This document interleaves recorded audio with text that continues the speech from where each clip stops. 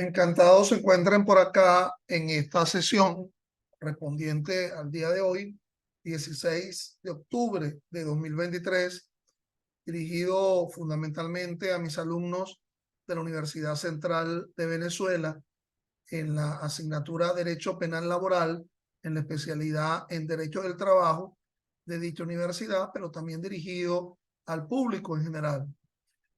Quien les habla, repito, es el profesor Ángel Serpa Ponte, profesor de esa especialización en Derecho del Trabajo, y estas clases mías, disertaciones, las pueden encontrar también en mi canal YouTube, Ángel Serpa Ponte, a quien tenga el gusto de ¿cómo se llama?, de incluirse dentro de ese canal y, como se dice, tocar la campanita, pues. Bueno, el tema que nos está ocupando hoy es, digamos, un tema medular dentro de la asignatura, que es la muerte o la discapacidad en ocasión de una relación laboral.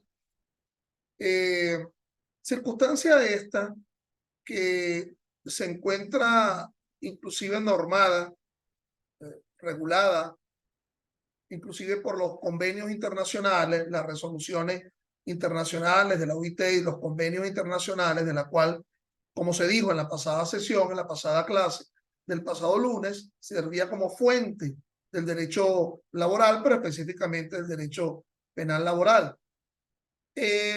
Temprano fue la manera en que esto fue concebido en las derogadas Ley Orgánica del Trabajo y en la vigente Ley Orgánica del Trabajo, pero fundamentalmente ello se encuentra presente en una ley que ya tiene su tiempo, que ya tiene sus décadas en el ámbito nacional, la Ley Orgánica de Prevenciones y Condiciones del Medio Ambiente del Trabajo, la llamada LOPSIMAT, que es de vieja ya data, que ya ha tenido, digamos, hay solera allí en su conocimiento, en su interpretación, en su hermenéutica, tanto no solamente por parte de los tribunales de instancia, los tribunales superiores, cortes de apelaciones, porque es una ley penal, por lo menos el artículo al cual me convoca, por lo menos se establece como un ilícito penal, sino que también ha sido interpretado en no pocas decisiones del Tribunal Supremo de Justicia, en la Sala de Casación Penal y también tangencialmente por la Sala. Hay una interpretación muy vieja, previo a la Constitución del año 1999, cuando no existía todavía la Sala Social dentro del Tribunal Supremo de Justicia.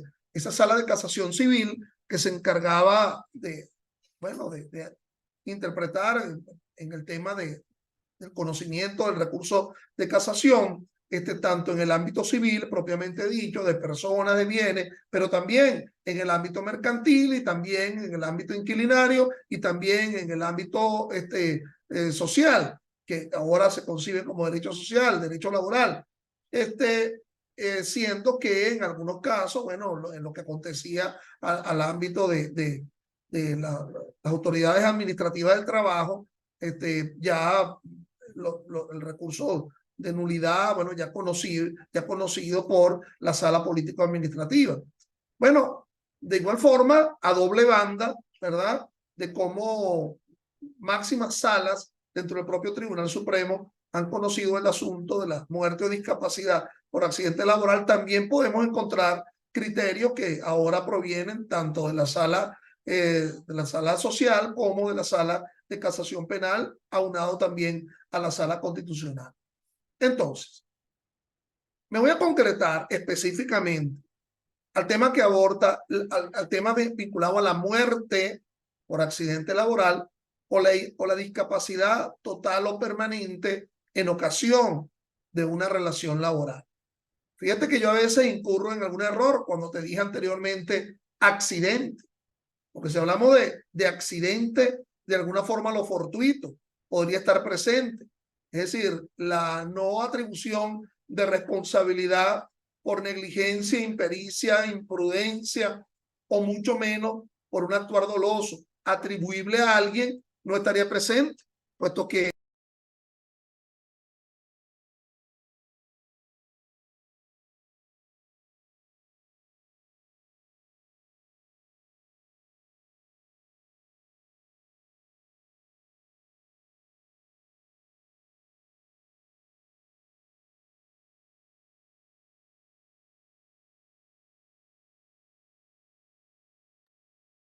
decía yo, entonces no sería responsable porque sería un tema exclusivamente accidental. Lo accidental tampoco es que está alejado del mundo del derecho penal. Es decir, el tema de las interpretaciones a partir de un accidente. Ahí tienen ustedes en el Código Penal, por ejemplo, el artículo 408 que tipifica el delito de homicidio concausal, en el sentido de que alguien imprimió la causa originaria, la causa inicial, el concausante inicial, y luego resulta que ese concausante inicial a su causa, que es absolutamente inidónea para poder causar la muerte, porque este delito en el artículo 408 del Código Penal habla del homicidio concausal. Entonces, ese es su propósito, esa es su ideación, ese es su dolo específico. Dentro del dolo está la noción de la capacidad aflictiva de la acción o omisión, y eso es lo que se quiere. Y además dentro de ese dolo, de ese que actúa de esa forma, está la representación de que su medio es idóneo. Y el otro componente del dolo es la voluntad, el elemento cognitivo, que sería la representación, y el elemento volitivo, voy en función de ello. Más sin embargo, esa muerte queda truncada, por lo menos en lo que atañe a su causa inicial, puesto que a esa muerte le sobreviene una causa secundaria. Y entonces esa causa secundaria, esa concausa, descrito en el artículo 408, tiene que ser una causa que sea sobrevenida o por lo menos desconocida por parte del causante inicial. No puede haber comunicabilidad de las circunstancias. Es un asunto absolutamente sobrevenido. El eterno ejemplo de la hemofilia, la persona que no sabe que se desangra de forma constante y que por ahí es que deviene la muerte. El eterno ejemplo de manuales de derecho penal del corazón ubicado un poquito hacia otro lado y entonces no ubicado en la posición normal. Y entonces, bueno, la bala alcanzó esa ubicación, pero resulta que el propósito era matar a alguien. Pero resulta que el medio aparentemente era inidóneo. Y de nuevo, repito, a ello les sobreviene una concausa. Algo así como cuando ustedes observan el atletismo 100 metros plano, no sé si en 100 metros, pero por lo menos 500 metros, 800 metros, 1000 metros planos, en donde hay quien corre y entonces le entrega, ¿verdad? Le entrega el testigo al otro que lo va sucediendo en la pista, y entonces a partir del testigo va y sigue corriendo hasta llegar finalmente a la meta. Bueno, entonces en esa concausa puede estar un hecho que le es atribuible a alguien. Es decir, ese alguien está rematando a quien había sido propuesto para ser matado inicialmente. Está rematándolo. Yo creía que lo dejé bien muerto, le di de golpe, lo tiré a la cuneta de la vía y entonces el que pasó por la vía está encontrando a esa persona con el celular en el bolsillo, pero esa persona se podría haber recuperado perfectamente. Pasaba ahí su tiempo, 6-4 días de los golpes, 6-4 horas de los golpes y podía levantarse, pero el otro lo vio y por quitarle el celular lo remató. Pero puede ser también que ese remate provenga de quien actúa de forma culposa, negligente, imperita o imprudente. El mismo ejemplo, el que fue dejado tirado en la vía, y fue dejado así porque yo asumí un propósito inicial de matarlo y creía que ya estaba muerto. Mas, sin embargo, el medio era inidóneo, sigue estando vivo. Y sin embargo, el otro, manejando de forma negligente, imperita o imprudente, lo arrolla, lo atropella. Por más que se diga muerto en autopista, no lo paga no lo paga nadie, pero fue realmente una actitud imprudente en ese manejo. Pero puede haber otra causa. Esa sí es fortuita, esa sí podría ser derivado, y me pregunto, de un accidente. Es decir, esa otra causa podría ser la culpa de la propia víctima. La víctima que fue dejado medio muerto en esta circunstancia y ahora está completamente abatido porque, bueno, fue tratado en un hospital, fue tratado en una clínica y los tratamientos, los medicamentos, todo, él no tiene ni cómo enfrentar con un seguro, bueno, y se deja morir. Es decir, no toma los tratamientos, se le da una pastilla, no tiene dinero, ya no tiene capacidad de morir y se deja morir sin auxiliarse con la ingesta de los medicamentos. O puede ser el eterno ejemplo del tipo que dejan medio muerto y entonces viene en un aguacero, el árbol cae, o en un terremoto, bueno, la columna le cae. Y entonces, bueno, aquí una circunstancia de fuerza mayor. Entonces, el tema de lo fortuito no es que no es tratado en el ámbito clásico del derecho penal, sobre todo en el ámbito, también pudiera estar presente en el ámbito del derecho penal laboral. Es decir, la circunstancia del carácter accidental, concepto de accidente, que se remonta a una expresión mucho más lata en el ámbito de las leyes laborales. Entonces, bueno, accidente con culpa o sin culpa, existe esa especie de responsabilidad objetiva en cabeza del patrono que debe la indemnización independientemente de la demostración de si hubo dolo o si hubo negligencia, impericia o imprudencia. Eso en el ámbito de la indemnización laboral, a partir de las reclamaciones que están reguladas pues en la Ley Orgánica del Trabajo, que están reguladas en la propia Ley Orgánica de Condiciones y Medio Ambiente del Trabajo y que están procesalizadas en la Ley Procesal del Trabajo. Entonces, esa posibilidad de esa indemnización, aún con una especie de responsabilidad objetiva. Es decir, todo en función de que es en ocasión del trabajo porque la ajenidad, la dependencia, la subordinación operó en ese momento, en esa temporalidad, en esa coyuntura en donde se derivó el accidente del trabajo, independientemente, repito, de los factores de atribuibilidad, de responsabilidad, analizando si realmente hubo un incumplimiento del objetivo deber de cuidado, ¿verdad? Que es lo que funciona como el sustento para la responsabilidad culposa en nuestro Código Penal, sobre todo en el sustento del artículo 61 del Código Penal. Estos son los problemas que están vinculados a esta muerte o esta discapacidad en ocasión de la relación laboral. Casi una norma singular, el artículo 131 de la Ley Orgánica de Condiciones y Medio Ambiente del Trabajo establece los parámetros de esa responsabilidad, pero es una norma con una especie de reglamento delegado, porque la propia norma nos establece que cuando hay incumplimiento de condiciones de higiene y seguridad, entonces prácticamente todo el texto de la Ley Orgánica de Condiciones y Medio Ambiente del Trabajo, que lo que establece son previsiones a los efectos del cumplimiento, pero además hay otra ley, un reglamento que fue mencionado en la pasada sesión, el reglamento de higiene y de seguridad industrial, que está también vinculado sobre las específicas condiciones que han de asumir el empleador en ocasión de determinados tipos de trabajo que tienen un riesgo inherente, esencial. Fíjate que cuando hablo de riesgo inherente o esencial, hasta aquí estaría presente teorías novedosas en el ámbito del derecho penal. Bueno, cuasi novedosas, de 40 años para acá aproximadamente. Ustedes saben que la escuela de la responsabilidad penal arranca a partir del causalismo. Entonces se le atribuye a un causante el efecto, el resultado antijurídico. Por cierto, ese resultado antijurídico puede ser doloso o puede ser culposo. La atribuibilidad a alguien. ¿Y cómo vamos menoscabando esa atribuibilidad, esa causación? Bueno, algunas teorías. La teoría de la conditio sine qua non. Si quitamos esa condición, todavía quedaría esa causa atribuible a alguien en concreto.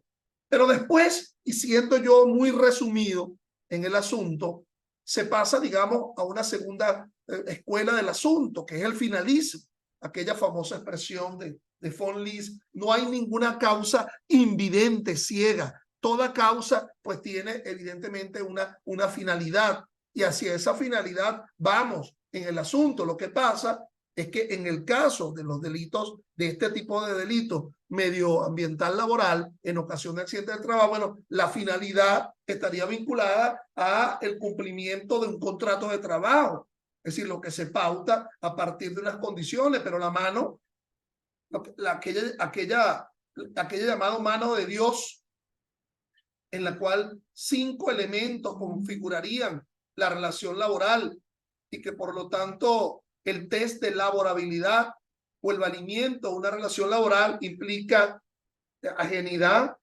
dependencia, remuneración, prestación del servicio, pero hay uno que sería en cumplimiento de higienes y condiciones medioambientales laborales. Entonces, forma parte esencial del contrato de trabajo, tanto en una perspectiva individual como en una perspectiva colectiva.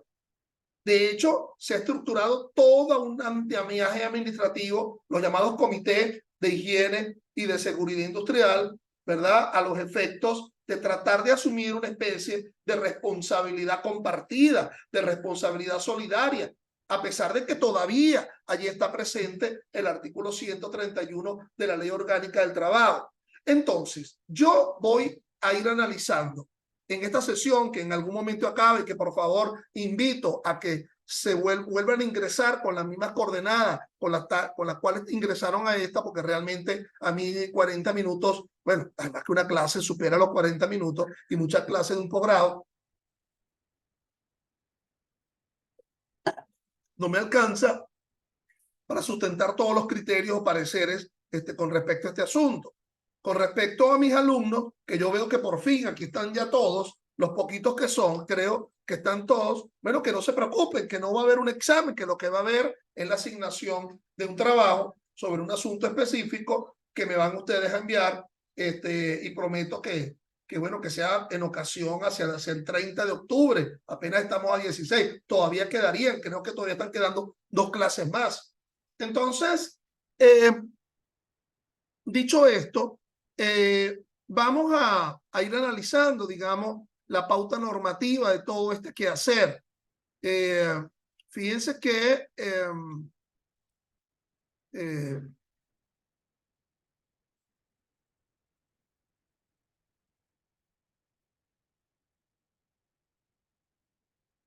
yo les mencioné como fuente de todo este asunto, bueno, primero en lugar la Ley Orgánica del Trabajo, la Ley Orgánica vigente desde 2015, esa ley, y la Ley Orgánica de Prevención y Condiciones y Medio Ambiente del Trabajo, la LOPSIMAT, ¿ok? Que ha sido reformada en varias oportunidades.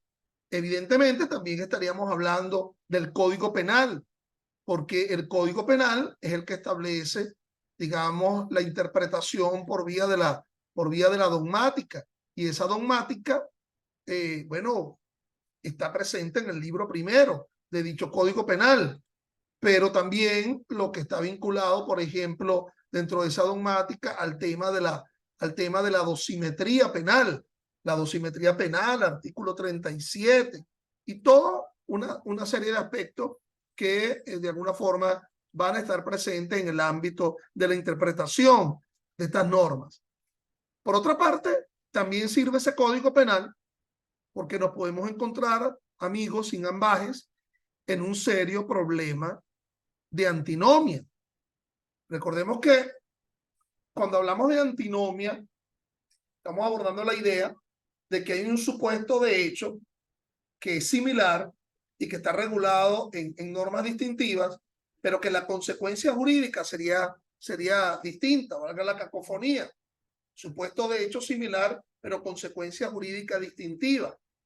Entonces, aquí la cosa sí se pone dura, porque cuando observamos la manera como está regulado el homicidio culposo en el artículo 409 del Código Penal y las lesiones culposas en el artículo 420, pero vinculado a el resultado de las lesiones que se manifiestan en los artículos 413 al 417, que es la regulación de las llamadas lesiones intencionales, pero que como en este caso ha sido sin intención, sino por culpabilidad culposa, incumplimiento de objetivos, deberes, de cuidado, como dice la famosa frase que uno repite, que los penalistas repiten hasta el cansancio, un tanto para justificar el porqué de la sanción en los delitos culposos.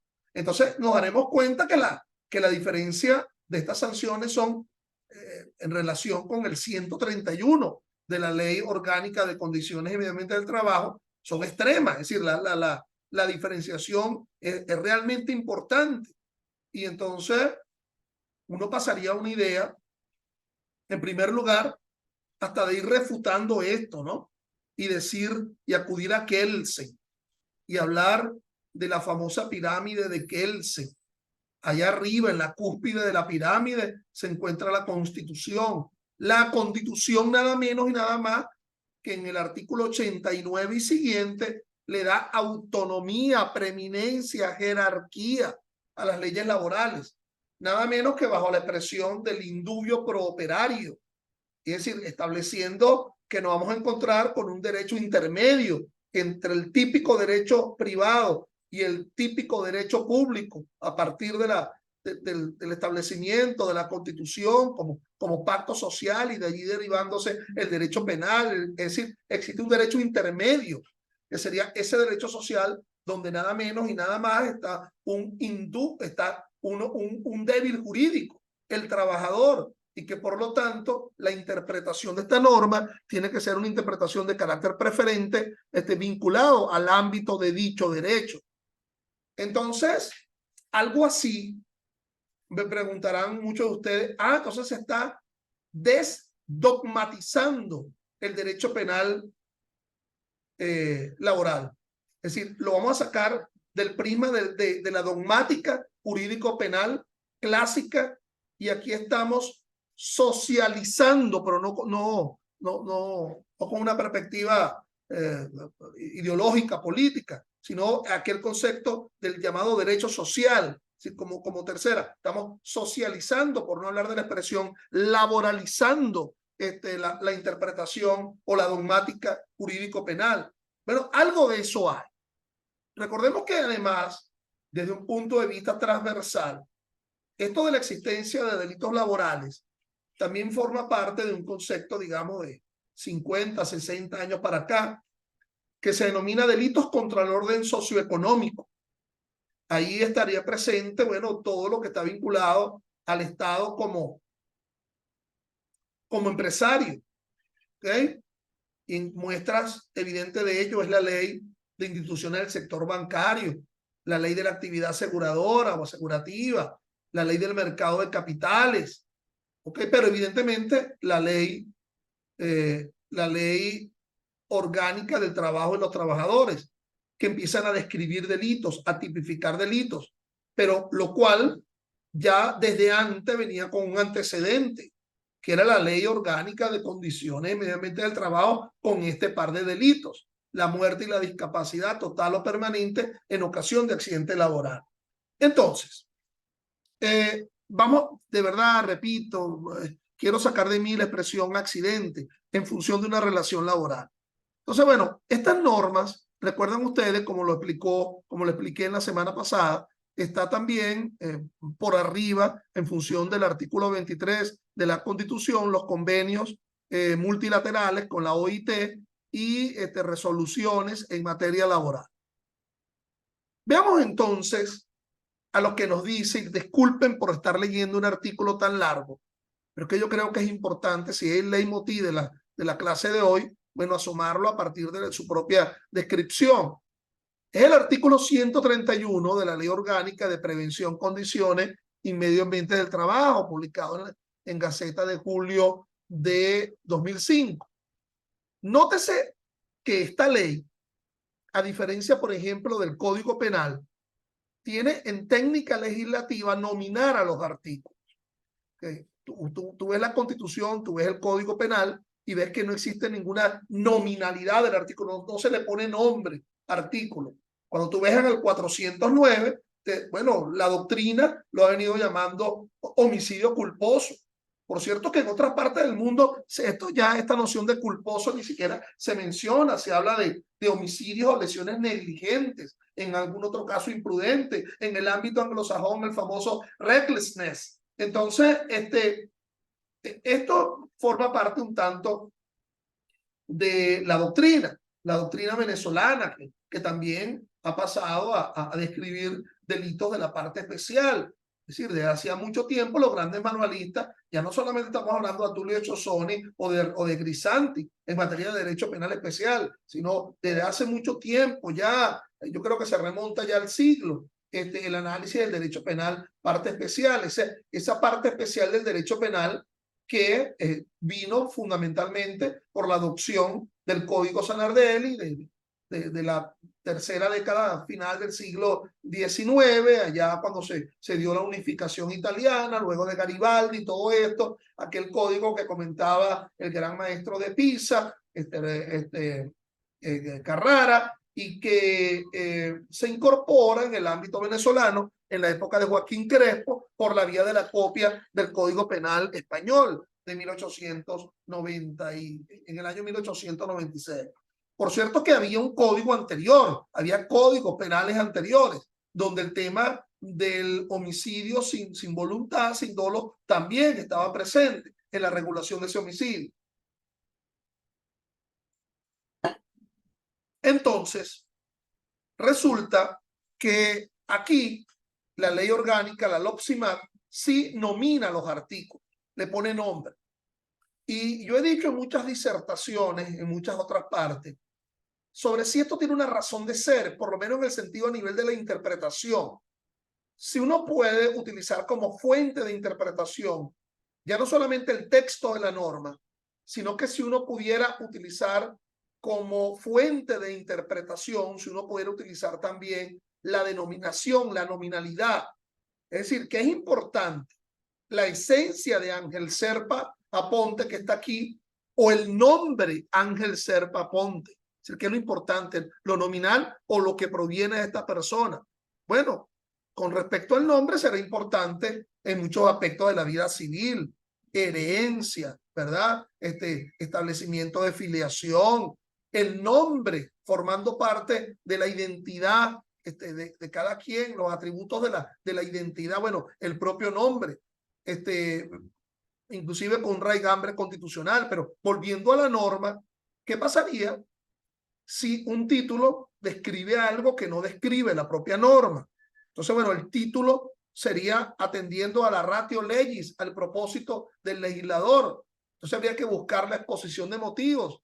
Últimamente no hay tantas leyes con exposiciones de motivos, pero es que también la Sala Constitucional le ha hecho mucha mueca a esa institución de motivos, indicando que ¿cómo se llama? La exposición de motivos, quise decir, disculpe que dije institución, las exposiciones de motivos no pueden servir de fuente de la interpretación porque no es más que una especie de guía de propósito que asumió el legislador. Entonces, veamos ese artículo 131, ese largo artículo 131 de la LOPSIMAT. En caso de muerte de un trabajador como consecuencia de violaciones graves o muy graves de la normativa legal en materia de seguridad y salud en el empleado, en el trabajo, el empleador o empleadora o sus representantes serán sancionados con pena de prisión de 8 a 10 años. Entonces, aquí tenemos un primer detalle, ¿ok? Es decir, el concepto del supuesto de hecho de la norma, una norma que se basa en sí misma, el ordenamiento jurídico penal, las normas del ordenamiento jurídico penal, la norma jurídico penal por excelencia, implica la existencia, pues, de un supuesto de hecho y de una consecuencia jurídica. Los supuestos de hecho de las normas jurídico penal están repletas de elementos descriptivos y naturalísticos. Es decir, que cualquiera lo sabe por simple vivencia, sin necesidad de que se lo explique. El concepto de muerte no reglamenta el Código Penal lo que es la muerte, lo tanatológico, el cese de funciones vitales. Entonces la gente ahí se degrada los sesos con el tema de la muerte cerebral, etcétera. Entonces, bueno, inclusive hay normas que de alguna forma establecen esto, el 427 del Código Penal, que indica que si la persona todavía no ha sido muerta hasta el momento de la última sentencia, la sentencia definitivamente firme, cosa juzgada absoluta, total, que aquí en el ámbito venezolano, a los fines de una reglamentación, de explicarle el asunto, bueno, nos encontramos con una sentencia condenatoria por parte de un tribunal de juicio o de un tribunal de control si hubo la admisión de los hechos, siendo que pudo haber también admisiones de los hechos al comienzo del juicio vestibularmente por parte de un tribunal de juicio. Suponte que esa sentencia condenatoria ha sido confirmada por la Corte de Apelaciones. Suponte que esa sentencia ha sido requete confirmada por la Sala de Casación Penal. Y entonces uno abordaría, bueno, ya ahí hay sentencia definitiva. Y entonces nos vamos tangencialmente a la solicitud de revisión constitucional, que no es obligatoria, pero que está allí en función de lo que establece la propia Constitución en el artículo 336, numeral 10. Entonces, la revisión por parte de la Sala Constitucional de una sentencia que se cree definitivamente firme es allí. Bueno, ¿y qué sucede en ese momento? El que ha sido lesionado, inclusive con una lesión que pueda causar la muerte, realmente todavía no ha muerto, está en coma, ¿ok? Bien sea en una coma valiéndose por sí mismo, o bien sea puesto a vivir, bueno, disculpen la expresión que no quieren ninguna referencia política, enchufado, si de alguna forma conectado a máquinas a los fines de permitir esa ficción de vida de alguna forma auxiliada por las maquinarias, por las máquinas, pues, en esa sala de terapia intensiva. Entonces, hasta ahí esa referencia de carácter, digamos, procesal del asunto. Si en el momento de la sentencia definitiva todavía no ha sido muerto, bueno, entonces será sancionado por la lesión que ha causado ese agente. Ahora, si muere antes de la sentencia definitiva, aunque las lesiones tuviesen esa capacidad mortal, bueno, dice la norma, será sancionado como homicidio preterintencional. El homicidio preterintencional que está descrito allí en el artículo 410 del Código Penal. Por si esto no fuera poco, mis estimados, esto que está bien claro, o aparentemente bien preclaro en las normas de la dogmática, ahora viene a colación también una sentencia de la Sala de Casación Penal, que ya a esta altura, 2023, ya tiene ya 12 años entre nosotros, que es la famosa sentencia 411 de la Sala Constitucional. No, pues disculpen si había mencionado antes la Sala de Casación Penal, de la Sala Constitucional, la sentencia 411, perdón, 490. Hoy estoy enredadísimo. La sentencia 490 de 2011 de la Sala Constitucional frente al tema del dolo eventual, afirmando que existe un dolo de primer grado en donde el resultado está directamente vinculado a la creencia, a la voluntad. Quiero matar a Pedro y termino matando a Pedro. Que existe un dolo de consecuencias necesarias que se denomina dolo de segundo grado, en donde ya yo asumo dentro de ese conocimiento la cercanía, la vinculación que hay entre Pedro y Pablo, que siempre andan juntos, siendo mi propósito matar a Pedro. Pero entonces, queriendo matar a Pedro, la expresión gráfica que utiliza la sentencia es lanzando una granada por la ventana, lanzando la granada por la ventana en donde está, en la casa donde está Pedro, pero se sabe que está Pablo, se termina matando a Pablo. Entonces sería un dolo de consecuencia necesaria. Pero aunado a esto existe el llamado dolo eventual, y ya sin miramientos, sin miriñaques, aquella discusión de la doctrina sobre si lo eventual estaba en el elemento cognitivo, es decir, en la representación o en el elemento volitivo del dolo, ya de una vez lo resuelve la decisión, afirmando que, bueno, que quien actúa con dolo eventual está actuando con dolo. Es decir, que esa representación que ha asumido, de alguna forma, le permite inferir, suponer, aunque las suposiciones deberían ser abolidas dentro del derecho penal, que esa posibilidad está allí cierta, casi como una variable estadística, casi como una variable actuarial del asunto. Si preguntándonos, bueno, está en un 90%, no seas exagerado, súbele un poco más, 99% esa posibilidad, pero nadie podría afirmar que hay un 100%, porque existe la eventualidad de ese 1% en que el hecho no ocurra, y de allí ese carácter, ¿verdad?, un tanto aleatorio en el tema del dolo eventual. Entonces, el dolo eventual también que puede estar presente en la interpretación de este artículo 131, en el sentido, fíjate que la norma nada menos, el 131 habla de violaciones graves o muy graves de la normativa legal. Es decir, impone ahí una gradualidad en cabeza del juez. O sea, violaciones graves, entonces uno podría decir, bueno, eso quedaría solamente en lo que se denomina culpa leve, porque no puede haber dosimetría penal, artículo 37, aquello de término medio, puesto que aquí no ha habido intención en la comisión del hecho.